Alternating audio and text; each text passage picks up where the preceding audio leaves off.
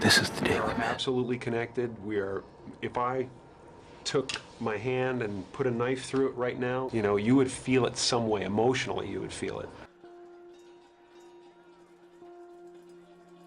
You know, it's like, there's no question about it to me. So everything we do to each other, or everything we see in each other, is us seeing ourselves. I did stand-up in the clubs for 15 years. But it's never too late to make your mark. You may have to quit for a while and sell some paint.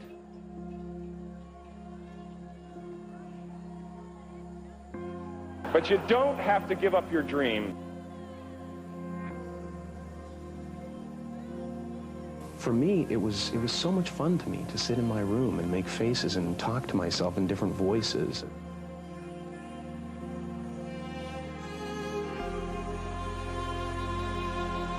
I think everybody's looking for something that they already have.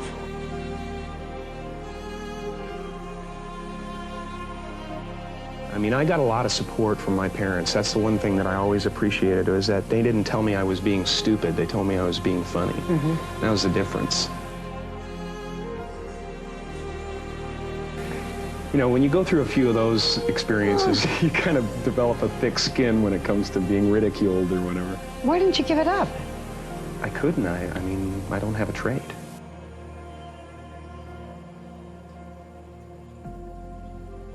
The fact that we are already enlightened, we're already complete, and it's just realizing that you're complete.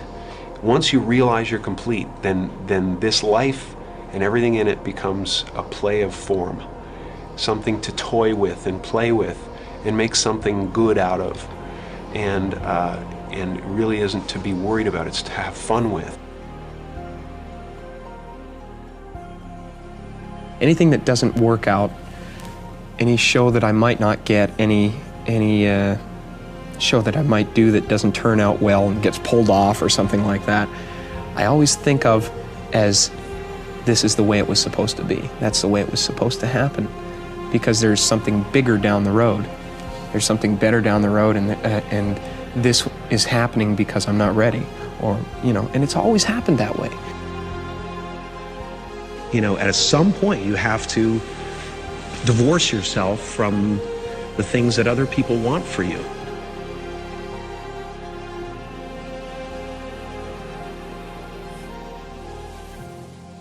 True thing that we believe walking through our lives: I'm not worthy, I'm not lovable, I'm gonna fail.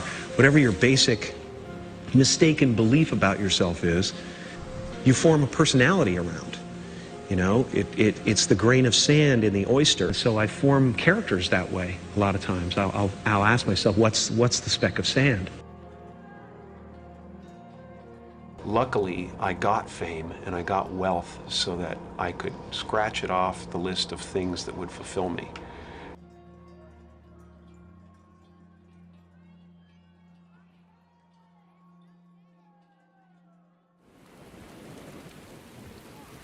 So I accept the fact that I fail, you know, because I know that that's the way it's supposed to be. I was born in Newmarket, Ontario, Canada. As you entered your teens, your life changed radically. Mm-hmm. My father lost his job when he was 51, I was about 12. And that was really the traumatic, wow, kick in the guts. You said we went from lower middle class to complete poverty. Mm-hmm. Yeah, we lived in a van.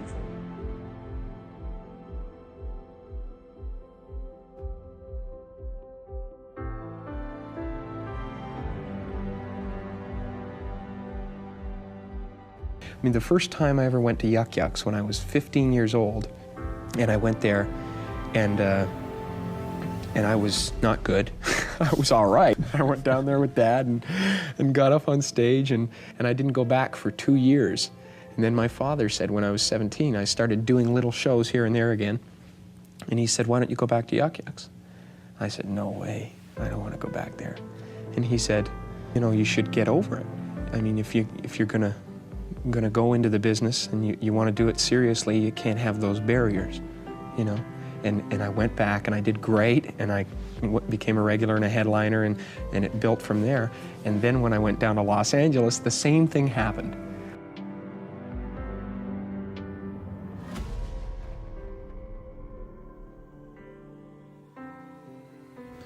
Did you write yourself a check? Yeah, I made my check, which was just basically, you know, $10 million to Jim Carrey for acting services rendered, dated Thanksgiving 1995.